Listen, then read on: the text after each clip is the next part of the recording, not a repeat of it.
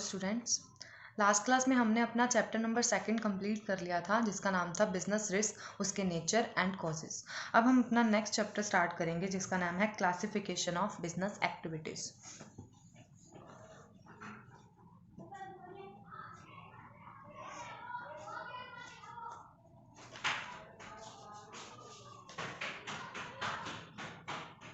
Classification of business activities. Business activities कितने parts में divide है, बिजनेस एक्टिविटीज़ की क्लासिफिकेशन करेंगे। अब बिजनेस एक्टिविटीज़ कौन कौन सी होती हैं? हर वो एक्टिविटी जिसमें प्रोडक्शन से लेकर गुड्स को कस्टमर तक पहुंचाया जाता है, वो सारी एक्टिविटीज़ हमारी बिजनेस एक्टिविटीज़ होती हैं, जो एक्टिविटीज़ बिजनेस से रिलेटेड है। अब बिजनेस एक्टिविटीज़ को फर्दर 2 पार्ट्स में डिवाइड किया गया है, एक है इंडस्ट्री और एक है कॉमर्स।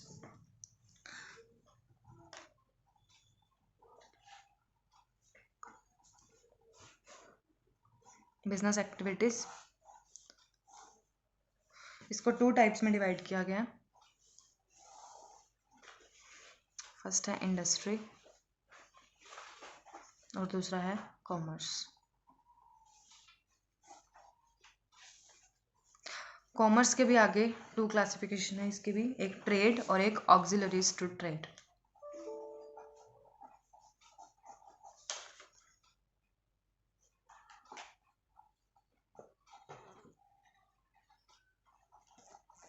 Auxiliaries to trade. अब हम इनको एक एक करके डिस्कस करेंगे कि ये इंडस्ट्री क्या होता है, कॉमर्स क्या होता है, ट्रेड क्या होता है और ऑक्सिलरीज टू ट्रेड किसे कहते हैं। सबसे पहले इंडस्ट्री की बात करते हैं। इंडस्ट्री क्या होती है? इंडस्ट्री में वो सब एक्टिविटी की जाती है जिसमें प्रोडक्शन की जाती है। प्रोडक्शन कैसे? रॉ मटेरियल को हम फिनिश्ड गुड्स में कन्वर्ट करते हैं। हर वो एक्टिविटी जिसमें रॉ मटेरियल को फिनिश गुड्स में कन्वर्ट किया जाता है उसे हम वो सब काम इंडस्ट्री के अंदर होता है। अब ये कैसे कर सकते हैं? जैसे कि कॉटन है, कॉटन से बनता है क्लॉथ, तो कॉटन के ऊपर प्रोसेसिंग होगी, उसके बाद उससे क्लॉथ बनाया जाता है, तो ये काम होता है इंडस्ट्री के अंदर। या फिर इसे हम कह सकते हैं शुगर कैन बनाया, sugar from sugar cane, sugar can say sugar बनाई जाती है, वो भी इंडस्ट्री का काम है। अब इंडस्ट्री के अंदर भी 3 टाइप्स के गुड्स बनाए जाते हैं, एक होता है प्रोड्यूसर गुड्स, एक है कंज्यूमर गुड्स और एक है इंटरमीडिएट गुड्स। इंडस्ट्री के अंदर प्रोडक्शन होती है, बनाए जाते हैं गुड्स। अब वो गुड्स भी 3 टाइप के होते हैं। फर्स्ट है प्रोड्यूसर्स गुड, सेकंड है कंज्यूमर्स गुड्स और थर्ड हम इसमें कहेंगे इंटरमीडिएट गुड्स।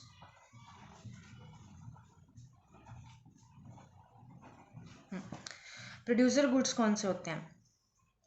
जो प्रोडक्शन के अंदर काम आते हैं। जैसे कि अगर कोई बिल्डिंग बनानी है, हमने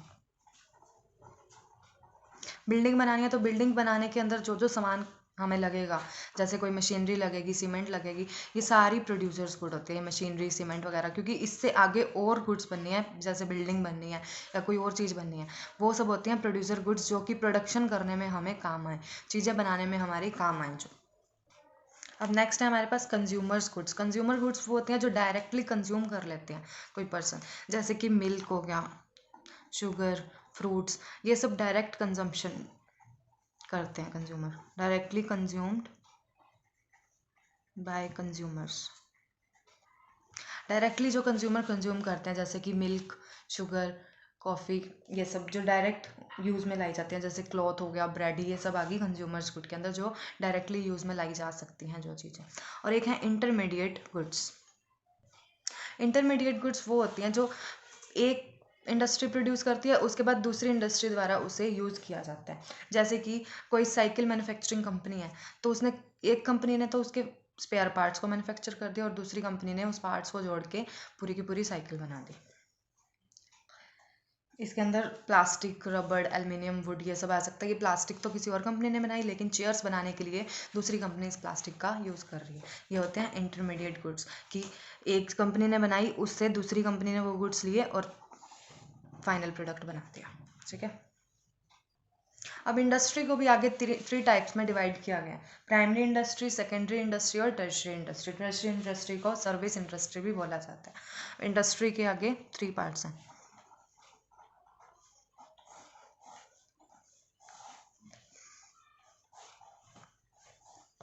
प्राइमरी इंडस्ट्री,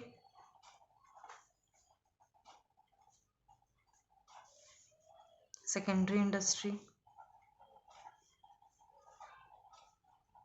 और टर्शियरी इंडस्ट्री।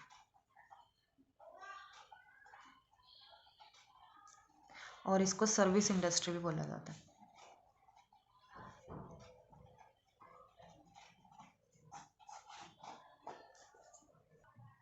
प्राइमरी इंडस्ट्रीज में वो सब एक्टिविटीज़ आ जाती हैं जिसमें नेचुरल रिसोर्सेज का यूज़ करके रॉ मटेरियल प्रोवाइड किया जाता है। नेचुरल रिसोर्सेज जैसे कि कुछ एनिमल्स या प्लांट्स, इन सब को यूज़ करके रॉ मटेरियल प्रोवाइड किया जाता है। जैसे कि प्लांट से कॉटन आती है, उस कॉटन को यूज़ करके आगे उसका क्लॉथ बनता है। तो नेचुरल रिसोर्सेज से हमने कॉटन निकाली है, तो वो रॉ मटेरियल प्रोड्यूस किया हमने नेचुरल रिसोर्सेज से। ये आती है प्राइमरी इंडस्ट्री के अंदर। प्राइमरी इंडस्ट्री के अंदर भी टू टाइप्स हैं, जेनेटिक इंडस्ट्री और एक्सट्रैक्टिव इंडस्ट्री। एक सेकेंड। जेनेटिक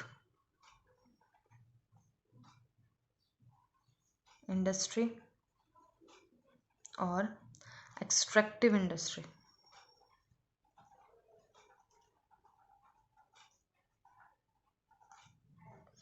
जेनेटिक इंडस्ट्री के अंदर वो आ जाएगा जैसे कि जिसमें एनिमल्स या फिर वेजिटेबल्स को यूज़ किया जाता है नेचुरल में, उनको यूज़ करके रॉ मटेरियल प्रोड्यूस किया जाता है जेनेटिक के अंदर, या तो एनिमल से या फिर प्लांट से, ये सब यूज़ करते हैं, तो उससे उसमें आएगी जेनेटिक इंडस्ट्री के अंदर।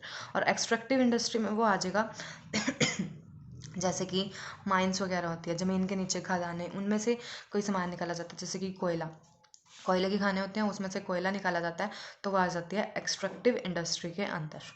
ठीक है, ये तो था प्राइमरी इंडस्ट्री जिसके अंदर एक जेनेटिक इंडस्ट्री आती है और एक एक्सट्रैक्टिव इंडस्ट्री आती है। अब हम बात कर लेते हैं सेकेंडरी इंडस्ट्री के बारे में। सेकेंडरी इंडस्ट्री में क्या होता है, जो हमने रॉ मटेरियल प्राइमरी इंडस्ट्री से बनाया, जैसे कि प्राइमरी इंडस्ट्री में एग्जांपल लिया था, प्लांट से कॉटन निकाली, तो अब उस कॉटन का यूज़ करके प्राइमरी इंडस्ट्री में जो प्रोड्यूस करे हुए सामान से हम नेक्स्ट प्रोडक्ट बना रहे हैं, जैसे कॉटन से क्लॉथ बना रहे हैं, तो प्राइमरी इंडस्ट्री में कॉटन बनाई थी, उससे अब उसी कॉटन का यूज़ करते हुए क्लॉथ बना रहे हैं, तो वो आ जाएगा सेकेंडरी इंडस्ट्री के अंदर।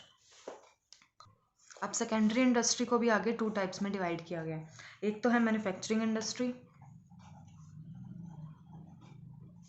और एक है कंस्ट्रक्टिव। मैन्युफैक्चरिंग के अंदर क्या आ जाएगा, जिसमें मैन्युफैक्चरिंग की जाती है, मशीन से बनाया जाता है चीज़ों को। और कंस्ट्रक्टिव में कंस्ट्रक्शंस की जाती है। कंस्ट्रक्शन किसकी करेंगे, बिल्डिंग, डैम्स, रोड्स, इन सब की कंस्ट्रक्शन की जाएगी। और मैन्युफैक्चरिंग में कोई चीज़ों को मैन्युफैक्चर करना, उनको बनाना, ये आ जाएगा मैन्युफैक्चरिंग की इंडस्ट्री के अंदर। और कंस्ट्रक्टिव में आ जाएगा कंस्ट्रक्शन करना, ब्रिज, रोड, डैम्स, इन सब की कंस्ट्रक्शन करना, ये कंस्ट्रक्टिव इंडस्ट्री के अंदर आ जाएगा। अब बात करते हैं टर्शियरी इंडस्ट्री या फिर जिसको बोलते हैं हम सर्विस इंडस्ट्री। इन दोनों के बाद सर्विस इंडस्ट्री, इनमें तो था सामान का यूज़। अब टर्शरी में क्या है, सर्विसेज। सर्विसेज किसकी हो सकती हैं, बैंक्स की, कोई बैंकिंग सर्विस दे रहा है, transportation service, transportation service, bank की सर्विस। मीन इसमें कोई सामान की अदला बदली नहीं हो रही, लेकिन किसकी हो रही है, सेवाओं की, सेवाएं दे रहे हैं इसके अंदर, जैसे बैंक वाले भी सेवा दे रहे हैं। Transportation service, teaching service, doctor service, ये सब सर्विसेज आ जाएंगी टर्शरी सेक्टर में या सर्विस इंडस्ट्री के अंदर। ये थी हमारी थ्री टाइप्स की industry, primary industry, secondary industry और टर्शरी इंडस्ट्री। उसके भी आगे डिवाइड कर दिया था, प्राइमरी को डिवाइड किया था जेनेटिक और एक्सट्रैक्टिव में, सेकेंडरी को मैन्युफैक्चरिंग और कंस्ट्रक्टिव में, और टर्शरी के अंदर सारी सर्विसेज आ जाती है। हमने देखा था बिजनेस एक्टिविटीज़ टू टाइप्स के, इंडस्ट्री और कॉमर्स। इंडस्ट्री वाला पोर्शन हमने कवर कर लिया, इंडस्ट्री हमने सारी देख ली क्या होती है। अब हम आ जाते हैं कॉमर्स के ऊपर। कॉमर्स क्या होती है, हमने जब बिजनेस की डेफिनेशन की थी, उसका मीनिंग समझा था, तब हमने देखा था कि बिजनेस एक ऐसी एक्टिविटी है, एक इकोनॉमिक एक्टिविटी है, जिसमें जो प्रोडक्शन से स्टार्ट होती है, प्रोडक्शन से स्टार्ट होके कस्टमर तक वो गुड्स पहुंचाने तक का काम जो भी होता है, वो सारा बिजनेस में होता है। ठीक है, अब जो सारी एक्टिविटीज़ जो रिलेटेड है प्रोडक्शन से लेके कस्टमर तक गुड्स पहुंचाने में, वो सारी एक्टिविटीज़ का सम टोटल होता है कॉमर्स। ठीक है, इसकी एक डेफिनेशन लिख लेते हैं कॉमर्स की। It refers to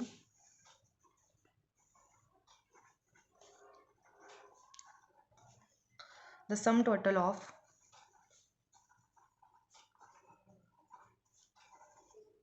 all those activities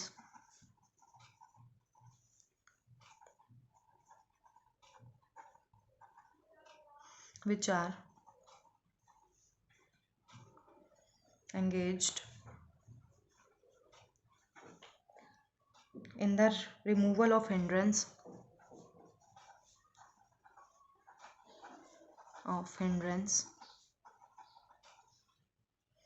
of person,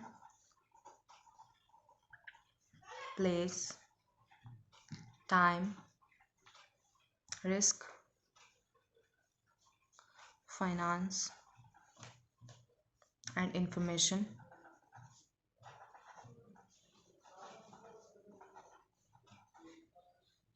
in the exchange of commodities.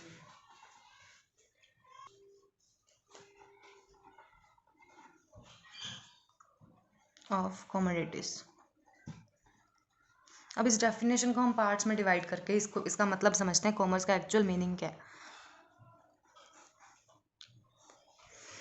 It refers to sum total of all those activities which are engaged in removal of hindrance of person, place, time, risk, finance and information in exchange of commodities. सबसे पहले तो exchange of commodities क्या होता है, एक एक करके इसका मीनिंग समझते हैं. कमोडिटीज़ मतलब वो सामान जिसके अंदर बिजनेस डील कर रहा है, ठीक है, उसकी गुड्स होगी. जैसे क्लॉथ मर्चेंट है तो वो क्लॉथ्स में काम कर रहा है तो उसकी कमोडिटी क्या होगी, गुड्स होगी, ठीक है. उसका एक्सचेंज कर रहे हैं. जो प्रोड्यूसर है जहाँ से वो क्लॉथ बन के आया फिर वो शॉपकीपर के पास आया, उसके बाद वो फाइनल कस्टमर के पास गया, तो वो कमोडिटीज़ का एक्सचेंज की बात कर रहे हैं इसमें. और it refers to sum total of all those activity, ये हर उस एक्टिविटी का सम टोटल है, पूरा टोटल है उस एक्टिविटीज़ का जो engage in removal of hindrance. Removal of hindrance mean, hindrance का मतलब कोई बाधा बन रही है या प्रॉब्लम आ रही है कोई, ठीक है. रिमूवल का मतलब हटाना, ठीक है.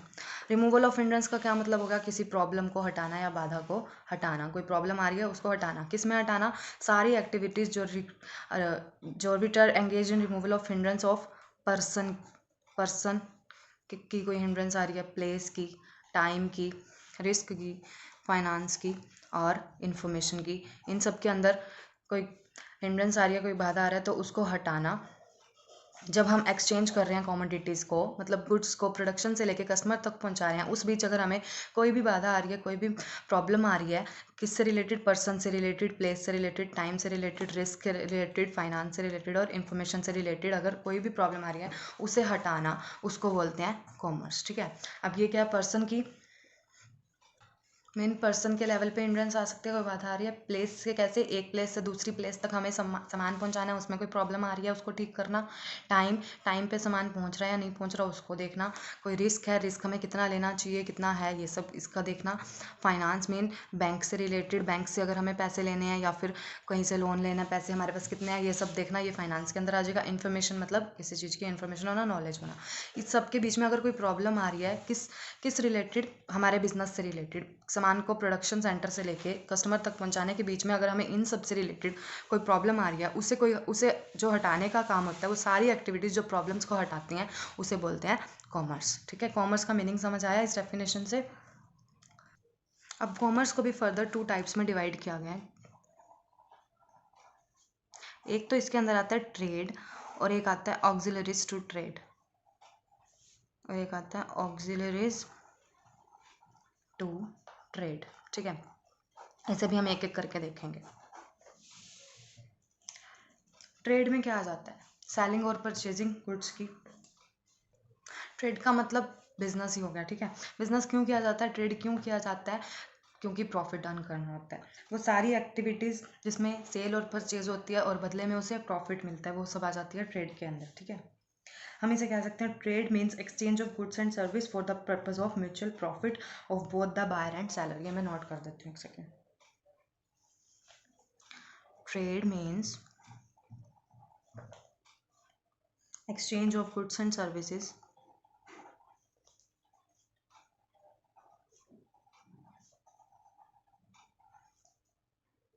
for the purpose of mutual profit of both the